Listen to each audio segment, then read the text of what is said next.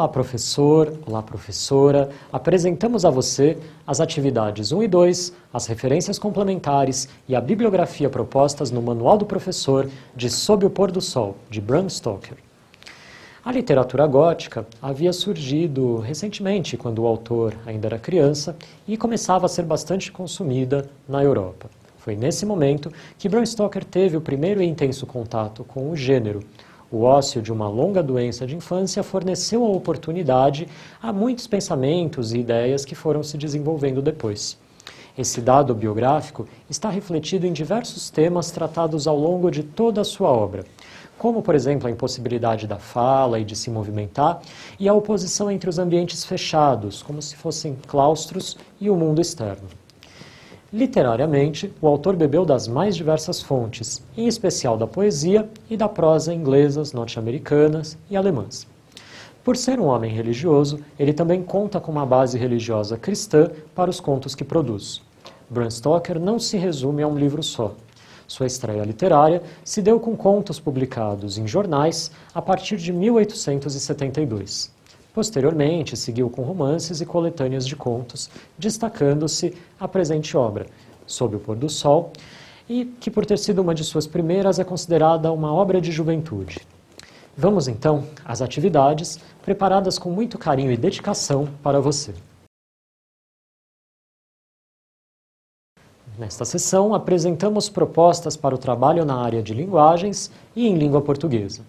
Antes da leitura, introduzo os alunos no universo da prosa gótica em língua portuguesa, por meio do contato com autores brasileiros e portugueses, como Álvares de Azevedo e Soares de Passos, por exemplo.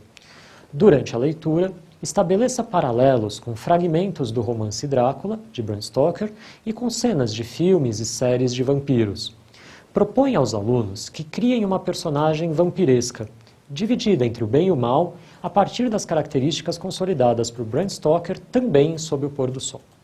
Após a leitura, os alunos podem organizar uma coletânea de contos de horror, desenvolvendo a personagem vampiresca criada na etapa anterior e ampliando o universo narrativo.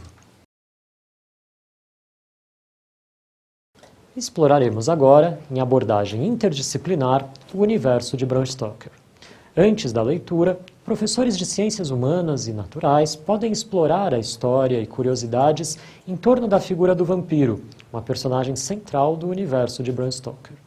Durante a leitura, professores da área de ciências humanas também podem contextualizar a história e a cultura por trás da vertente gótica do romantismo. Assim, à medida que a sociedade se desenvolvia nos planos econômico, político, científico, intelectual, é interessante apresentar aos estudantes o fato de que a burguesia encontrou no romance uma forma de expressão literária. Esse movimento colaborou para o surgimento de novas vertentes, entre elas a literatura gótica. Essa vertente costuma se destacar por cenários de inspiração medieval, personagens melodramáticos, uso da psicologia do terror, de elementos como medo e loucura, e do imaginário sobrenatural, com criaturas como fantasmas e monstros. Além disso, reflexões sobre o poder, discussões político-religiosas, concepções estéticas, filosóficas, são outros aspectos que compõem essa vertente. Os autores da vertente gótica combinam o refinamento dos novos costumes com o barbarismo e a excentricidade. Além disso, possuem a descrição realista das ações e dos ambientes, com sentimentos de desolação, abandono e ruína. Uma curiosidade que vale ser ressaltada é o fato de que um grande número de novelas e romances do gênero gótico foi escrito por mulheres, algo até então incomum à época. A literatura gótica acabou sendo introduzida e representada aqui no Brasil por Álvares de Azevedo em obras como Noite na Taverna e Macário. Assim como no estrangeiro, os temas do autor brasileiro eram o obscuro e a proximidade da morte com o amor. Na Europa, nomes como Charles Baudelaire, o poeta Lord Byron, ganham destaque também. E nos Estados Unidos, a vertente ficou a cargo de Edgar Allan Poe, que por meio de contos, poemas, romances, representou o estilo. E, por fim, no Brasil, além de Álvares de Azevedo, Augusto dos Anjos, Alfonso de Guimarães compreendem a literatura gótica como poucos. A literatura gótica, também chamada de horror gótico, teve início no século XVIII, justamente na Inglaterra, com a obra Castelo de Otranto, de Walpole. Costuma se destacar, como algumas das principais características desse tipo de literatura, os cenários medievais, os castelos, as igrejas, os cemitérios, as florestas, as ruínas, personagens melodramáticos como donzelas, cavaleiros, vilões, os criados, temas e símbolos recorrentes ligados a segredos do passado, manuscritos escondidos, antigas profecias e maldições. Outros lugares comuns da literatura gótica envolvem também destacar nos romances, na prosa de ficção, o uso da psicologia do terror, com os elementos de medo, loucura, deformação do corpo, do imaginário sobrenatural, com fantasmas, demônios, espectros, vampiros, bruxas e monstros.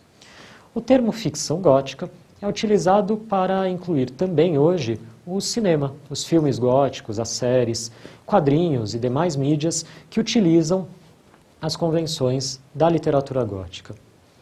Após a leitura de Sob o Pôr do Sol, os alunos podem utilizar o repertório ampliado na etapa anterior para redigir o prefácio da antologia de contos apresentada na atividade 1 com o contexto histórico-cultural. Para mais informações sobre as habilidades trabalhadas nesta obra, consulte o material digital do professor. Obrigado e até a próxima!